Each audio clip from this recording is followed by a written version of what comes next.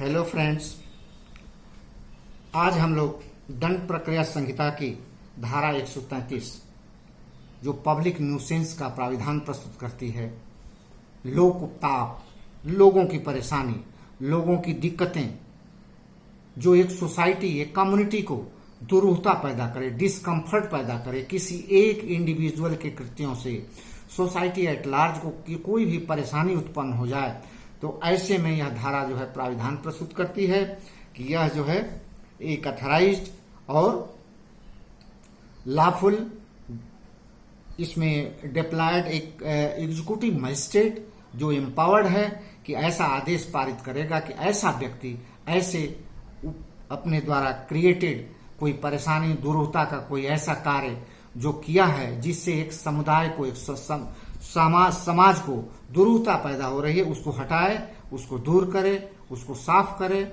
उसको नियंत्रित करे, उसको बाधा युक्त बनाए।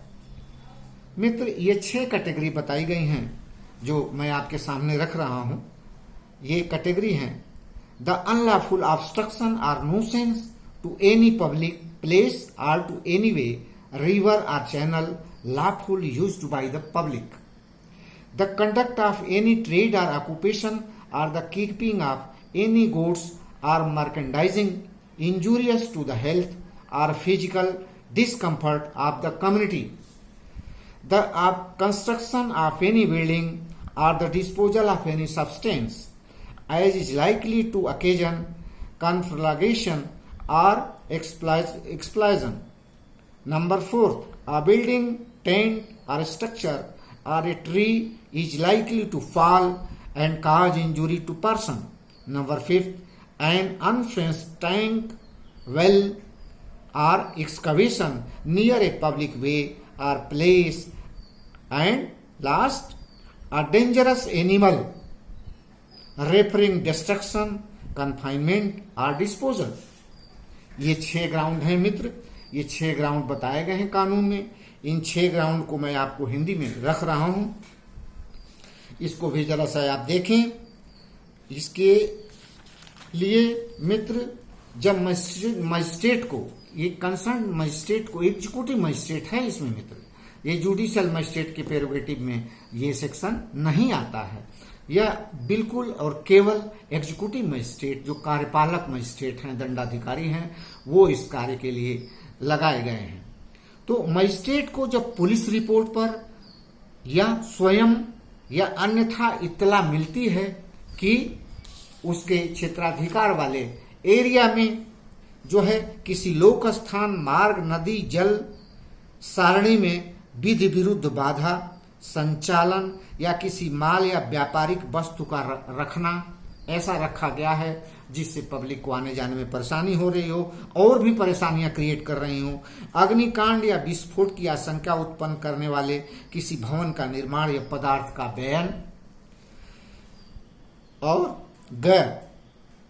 भवन, तंबू, संरचना या वृक्ष का ऐसी अवस्था में होना कि अगर उसके गिरने और उससे होने की आशंका है, अगर गिर जाए तो बहुत ज्यादा अन्न जन की क्षति हो सकती है।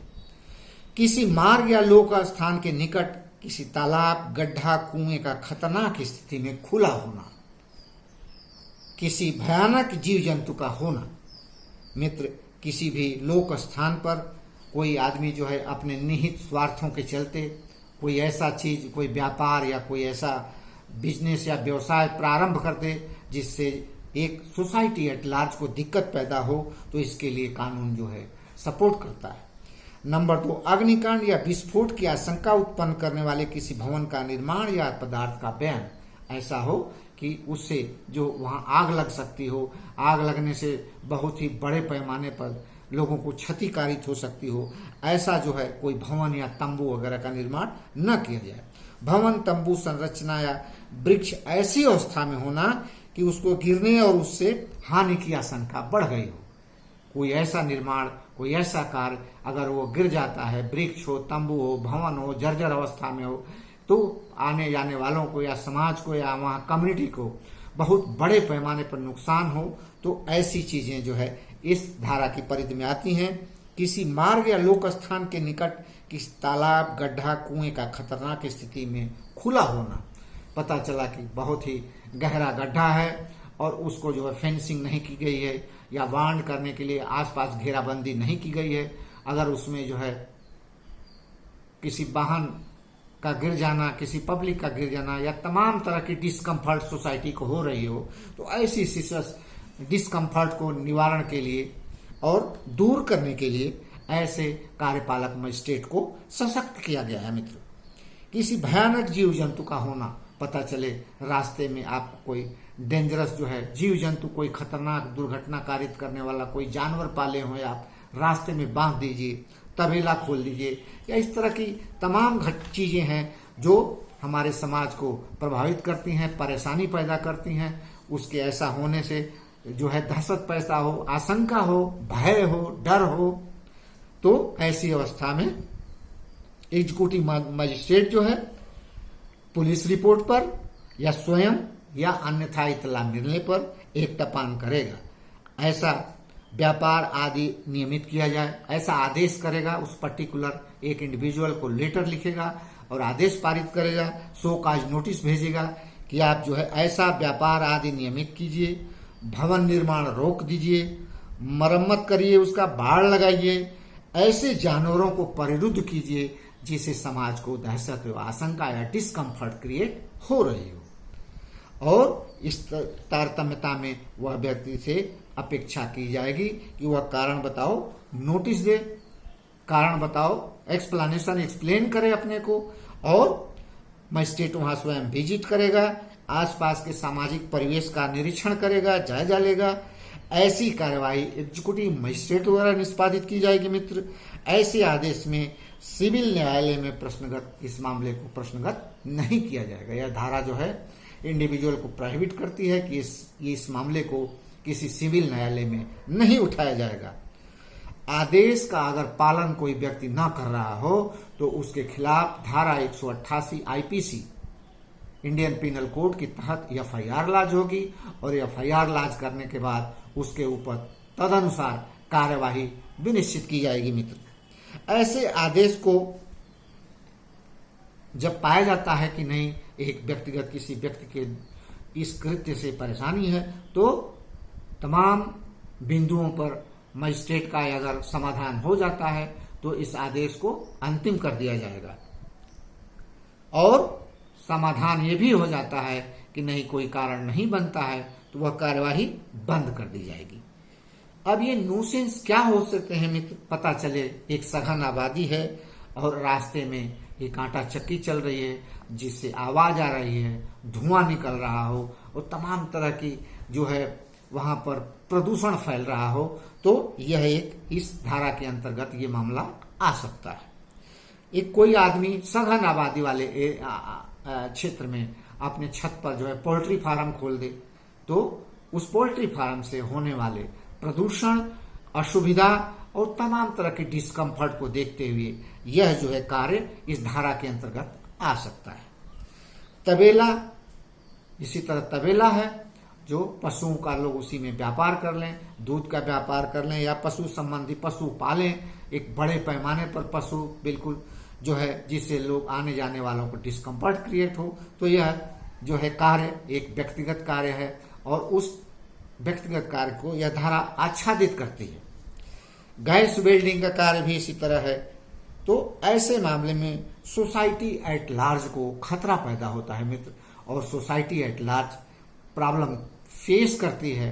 तो ऐसे सोसाइटी एट लार्ज को फेस करने वाली समस्या पुलिस रिपोर्ट पर इतला करने पर या स्वयं मजिस्ट्रेट का समाधान हो जाता है। एग्जीक्यूटिव मजिस्ट्रेट की बात हो रही है, तो वह जो है ऐसे कृत्य को परिरुद्ध करने के लिए, परिरोध करने के लिए, रोकने के लिए, प्रोहिबिट करने के लिए, प्रतिबंधित प्रतिसिद्ध करने के लिए जो है मजिस्ट्रेट ऑर्डर पास करेगा ऐसे व्यक्ति के विरुद्ध। मित्र, एक रंजना पाल स्टेट ऑफ झारखंड के मामले में जो है इन्होंने जो था इस मामले का उनके खिलाफ जो ऑर्डर पास हुआ था मजिस्ट्रेट का, उसके खिलाफ इन्होंने सेशन कोर्ट में अपील किया था। अपील करने के पश्चात जो है ये अपने मामले को वहां भी जब नहीं पाए क्योंकि ये खुद गलत थे। जो अपील में ये मामला नहीं इनका जब रिड्रेसल प्राप्त हुआ तो ये जो है हाई कोर्ट प्रोसीड किए।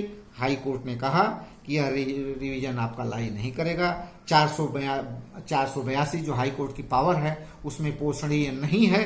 तो ये एक बहुत बड़ा एक हर्डिल है और यह आर्डर मजिस्ट्रेट का जो है पहले रिवीजन के बाद अंतिम हो जाता है। यह धारा 397(3) CRPC जो है यह बार करती है कि किसी भी प्रकरण में दोबारा रिवीजन 482 के तहत हाई कोर्ट में प्रतिबंधित है।